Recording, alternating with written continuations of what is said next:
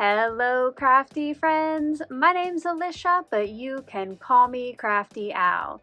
And in today's video, I'm going to be unboxing my latest shipment from 12x12 Cardstock Shop, getting crafty with that using their new color challenge, and announcing 2 new winners of the recent giveaway I had.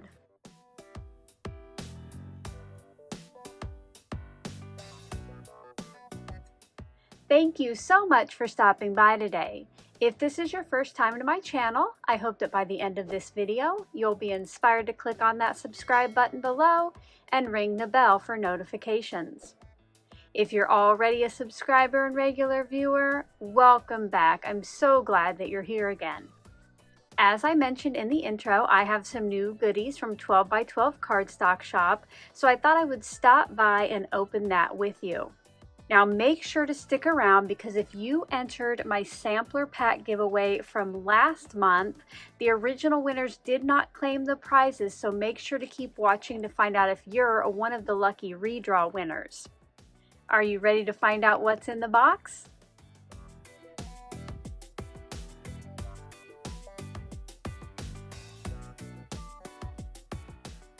Ta-da! Can we just take a minute to check out the packaging of this cardstock? Not only is it shrink wrapped to keep everything nice and tight together, but inside here they've reinforced the corners so that the corners of your beautiful cardstock do not get messed up. In this package is the complete collection of their Encore textured cardstock. And I have 2 swatch books here that I cannot wait to show you. There's a fun little quote. That is definitely the truth. Let me know if you agree down in that comment section below. And they always give you a little sample pack in your shipment. So today there's some smooth black cardstock. It almost reminds me of chalkboard. Some thick, nice weight white. And then a few sheets. Ooh, this would make like a nice patriotic card here. Look at that. I have a few other videos where I have featured 12x12 Cardstock Shop goodies, and you can see that playlist by checking out the description box below. But you know, I loved playing with their February Happy Mail box, which they sent me to show here on my channel, and that I am obsessed with their white wood grain cardstock, which I purchased on my own. If you have not seen the videos yet where I stencil onto it, you have to check those out. It gives stenciling such an awesome texture. Well, speaking of texture, they have their own line of textured cardstock. And of course, like their shop name, it is 12x12. So they have sent me, thank you so much, 12x12 Cardstock Shop, their entire collection pack to open and share with you here. And you guys, they have their own swatch books, which you know I love a swatch book. I have made a few of my own, and let me tell you, these took me hours, you guys, between getting the labels set up, die cutting either the tag or the little pieces. So the fact that you can buy it pre-made is a super huge bonus to me. I will link their collection pack and all of the swatch books they have down in that description box if you want to check them out. What I think is going to be awesome about having this swatch ring is that I will be able to find colors that might be lacking in the other brands I always keep on hand, and then I can order smaller packages of those. Inside of this is 1 sheet of each of the colors that they carry. Let's go ahead. I'm going to take a look at each of these because I only thought I was getting the textured cardstock, but they also sent me their foiled cardstock swatch book. So I can't wait to open these up.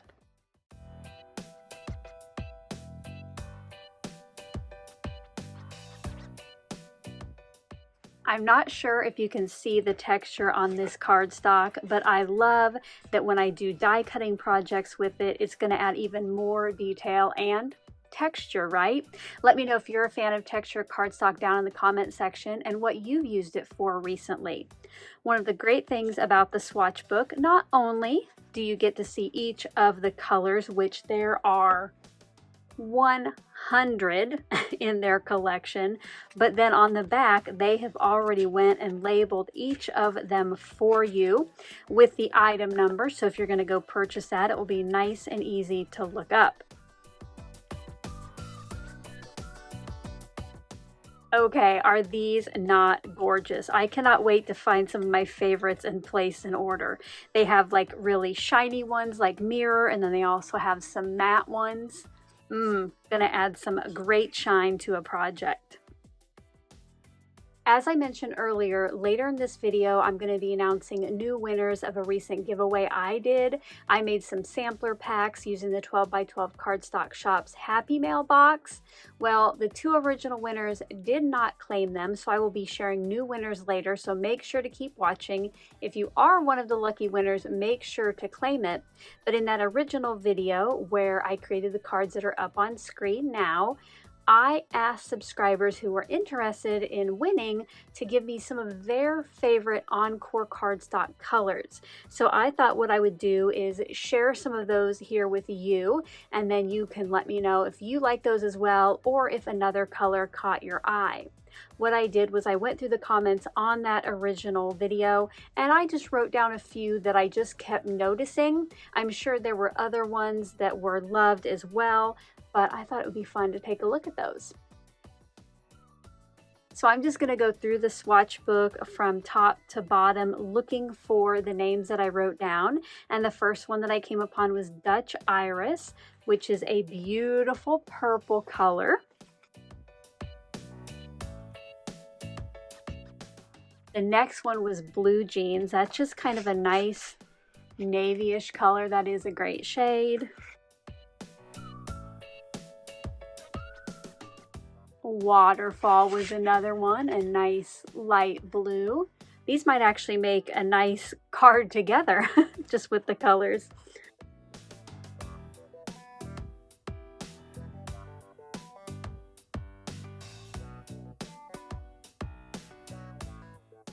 And I know I have flipped through quite a few, and I have already recognized some of these colors as being people's favorites. I am just trying to look for what's in my list. Ooh, I like this beehive. That's a gorgeous yellow.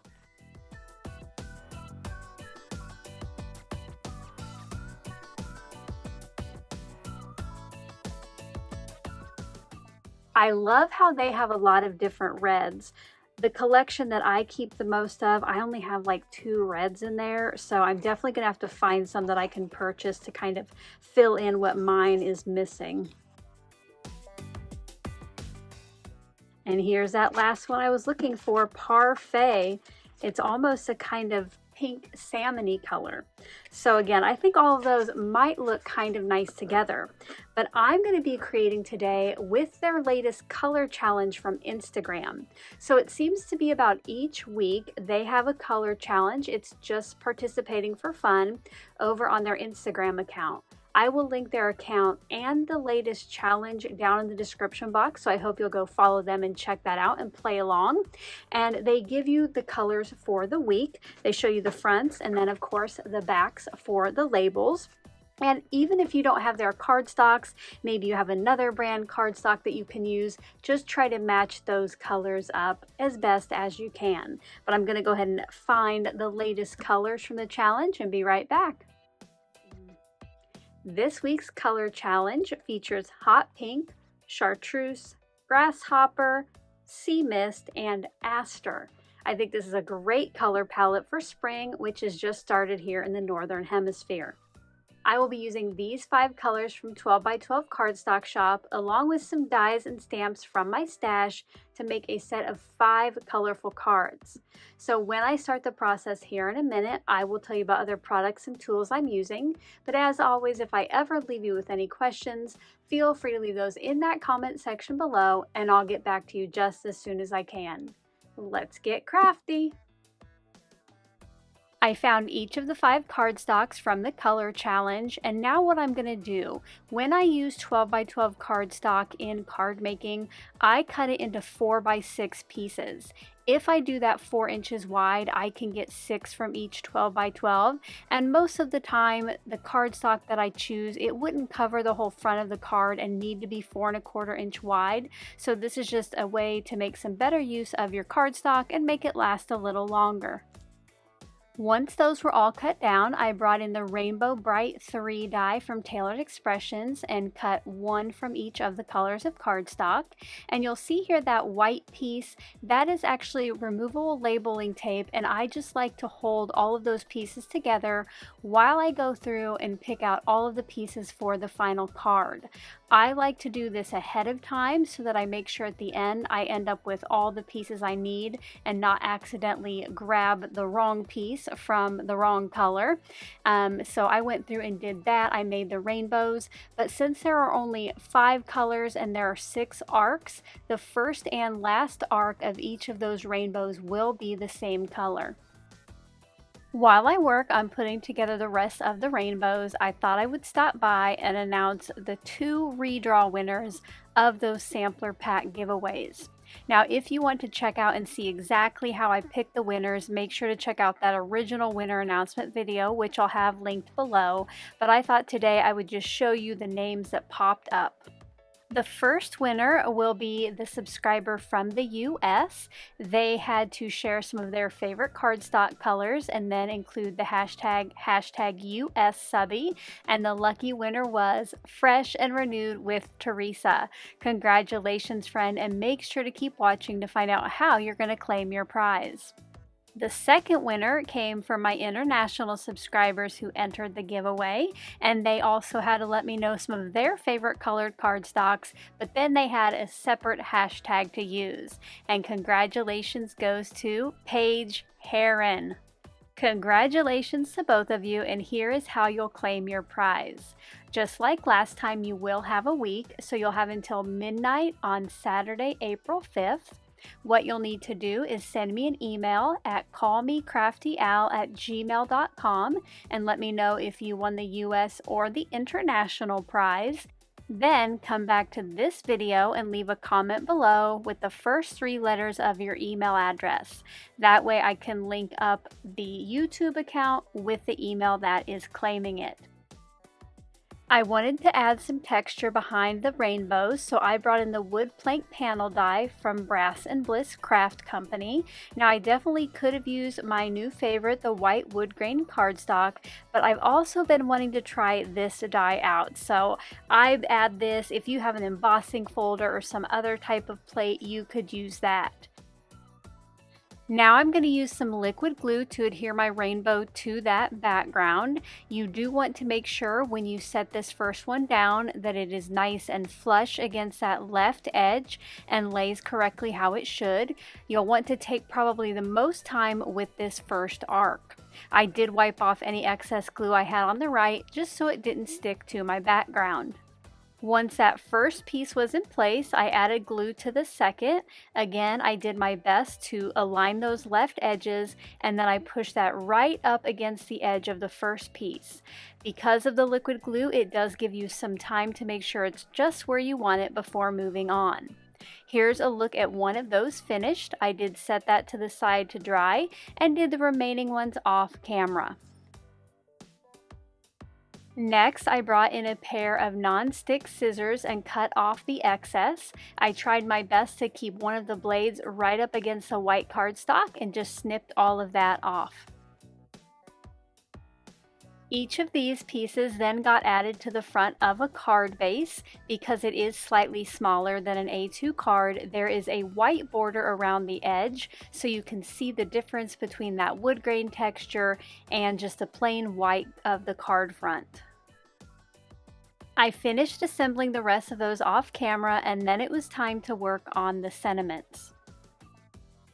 For that, I used a stamp from Tailored Expressions that reads, "Wishing you a colorful day." Now the set I'm using here, it is actually a compilation of stamps they put together for last year's virtual Stamp Joy, but I will link the full stamp set below that contains this sentiment if you want to check it out.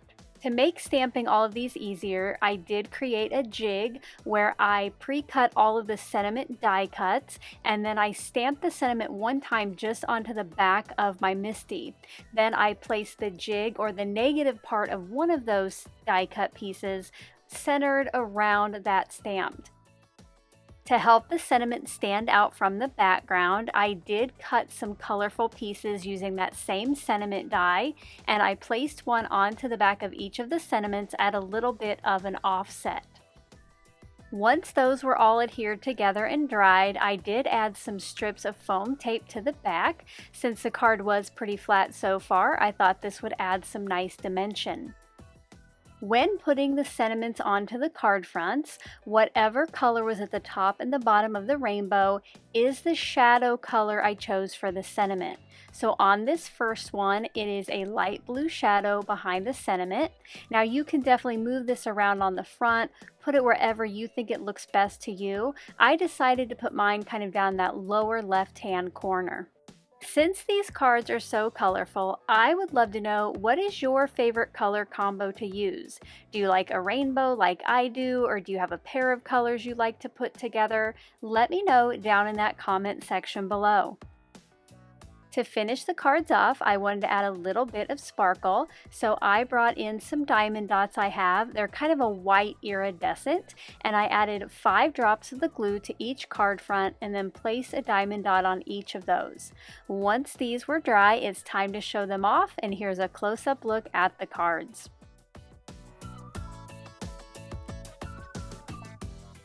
I hope you enjoyed seeing me open my latest package from 12 by 12 Cardstock Shop and make these 5 quick and colorful cards with their latest color challenge. If you did, as always, a thumbs up is appreciated. Don't forget to check out their links and that color challenge by visiting the links in the description box below. And until my next one, I hope you're all having a crafty day. Bye-bye. Thank you so much for taking the time to watch all the way to the end of the video. I hope now you'll consider clicking on one of the videos or playlists I have linked above. And if you are interested in any of the products or tools I used in today's video, I do have some links in the description box below.